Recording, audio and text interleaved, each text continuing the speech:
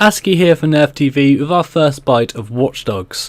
When Assassin's Creed meets GTA in alternative reality Chicago, and a smartphone to your most powerful weapon, we meet Aiden Pierce, a vigilante using the city itself as his ultimate weapon.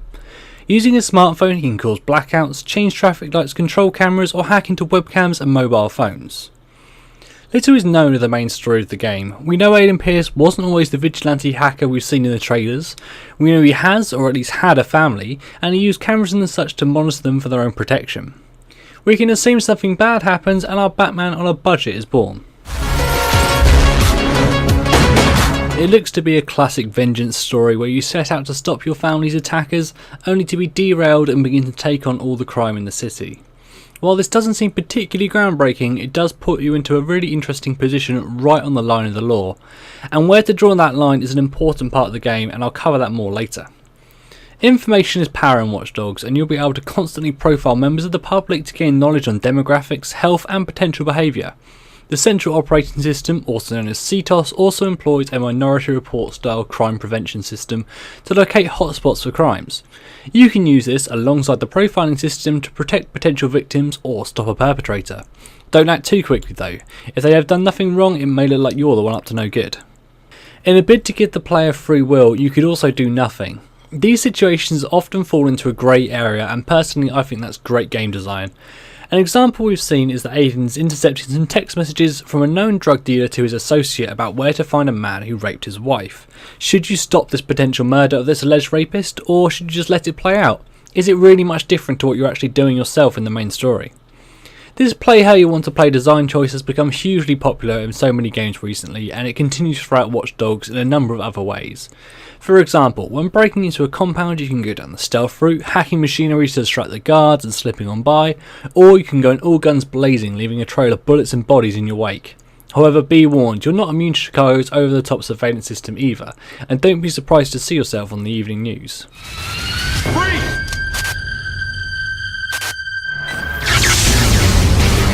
The game also contains a reputation meter. As you would expect, a good reputation earned by using non-lethal methods on criminals so the police can arrest them later gives you a better public image than if you're some stone cold killer.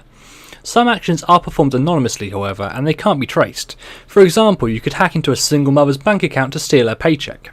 However, perhaps you should check your own moral compass regardless. Unlike many open world games that are very fast paced and all about the action, Watch Dogs does a great job of slowing you down and giving you interesting choices and difficult situations. In the city, public Wi-Fi is everywhere, and you can use this to hack your way into a random apartment building and take control of webcams or CCTV. This creates some rather creepy and voyeuristic situations where you're prying into people's personal lives. Maybe you're trying to protect them, but do you really have the right to do this? Where should you draw the line? And as I mentioned earlier, where to draw that line seems to be a theme throughout the entire game. You have all this power and you can save lives, stop criminals or put an end to human trafficking syndicates. But to do this you need money, so who's it okay to steal from? The cops are only out to stop you, they're just doing their job, but how should you react when they start shooting?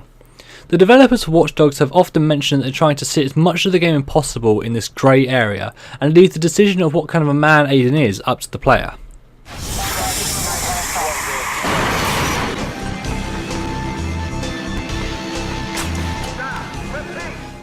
Combat and gunplay is well executed. Although hacking seems to be your main and most effective weapon, you can access a wide variety of guns as well as a police style baton for melee and silent takedowns. The combat also contains a focus mechanic which slows time in a similar manner to what we've seen in the Max Payne titles. The story element for this is that Aiden has a heightened sense of awareness and reaction time. While mechanics like this have been around forever, I certainly can't deny it looks fun. The smaller details in the game are also something quite special. For example, if you're in a shop or a car and you hear some music you like the sound of, you can use an app on your phone to download that song. You can then impose your musical choice on others by hacking speakers somewhere else and playing that song through them. There's also an in-game ARG. You'll see NPCs holding their phones up and awkwardly bobbing around in public. You also have this ARG on your phone and you can play at any time. Flying monsters appear and players have to blast them out of the air to earn points and progress. These and other small details just add to more things to do per square foot in the world, and this level of density is great. The game is structured very similar to other open world games where you have a central story and a huge number of side missions and objectives to pull you away and deeper into the city.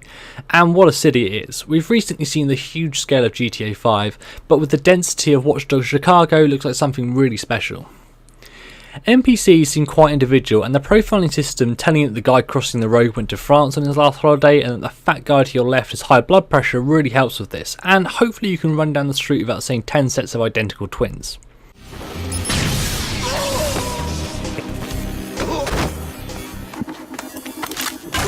Graphically, the game looks great. Production started well before the next gen consoles were even a blip on the radar, and as a result was built with high-end PCs in mind, which would match up to the next gen consoles when they finally came around.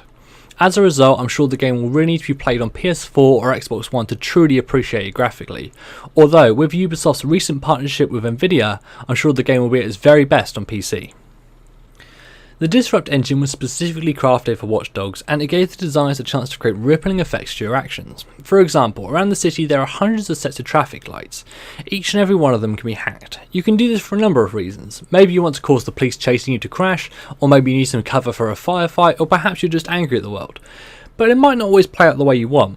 It might be there are no cars about, so no accident even happens, or if it's raining the car's brakes won't function as well and a higher speed crash is more likely. Perhaps the car skids off the road and hits a petrol station, causing a massive explosion. The pedestrians passing by will also react in different ways depending on other factors.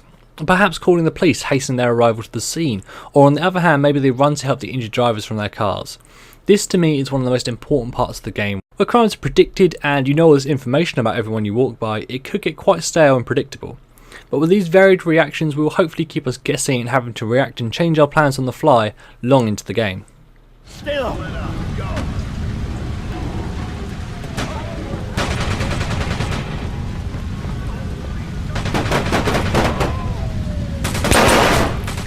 The game clearly pulls influence from other Ubisoft titles in a number of areas, and in many ways I find this a little bit disappointing.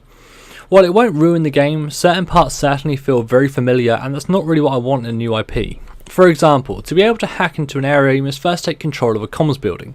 This requires you to bypass the guards by stealth or by killing them and hack into the system from inside. Once this is done you can then hack anyone in that area of the city. This is basically the same as Assassin's Creed and Far Cry 3 where you climb to the top of towers to unlock map portions. In regards to the multiplayer, while it seems to have taken elements from Assassin's Creed, it looks to have been executed in quite a nice way and it's pretty awesome. It's possible for other players to seamlessly join your single player experience without being announced. That player can then try to blend into the crowd. Their character model will be changed, they're just like an NPC. They will then attempt to hack you. When this happens you'll be notified and then you have to try and find the player using the profiling system to chase them down. Of course you can also invade their game first or to get revenge afterwards. The overall goal of this is to become the most powerful hacker in the city. Every player you hack seems to give you more data about the city. Whether this is usable or just a scoring system I'm unsure, but you'll be planting viruses on other players to create a network of hacked devices. This seamless multiplayer experience has become a big thing with next gen games, with many titles promoting similar systems. In Watch Dogs this means that at any time you could be being watched by another player, and this creates a pretty awesome sense of paranoia. Another multiplayer feature that seems to be very popular with next gen games, in particular Ubisoft titles, is a companion app, and Watch Dogs is no exception. With this app you'll be able to control a helicopter. It seems that you can both help or hinder the player and also create challenges for them, for example getting across the city while being chased by the police. The player in the helicopter will be able to set up traps and direct the police to try and stop the other player. Developed and published by Ubisoft, Watch Dogs is coming out for the Xbox 360, Xbox One, PlayStation 3 and 4, Wii U and the PC this November. Release dates range from the 15th to the 22nd depending on what system you're buying it for and where you are, and a film is also in development. Ubisoft will be working with Columbia Pictures and New Regency to create it. I've been Askey, you've been watching Nerf TV. Stay tuned for future Watch Dogs news and updates as well as many other great games, and thank you for watching.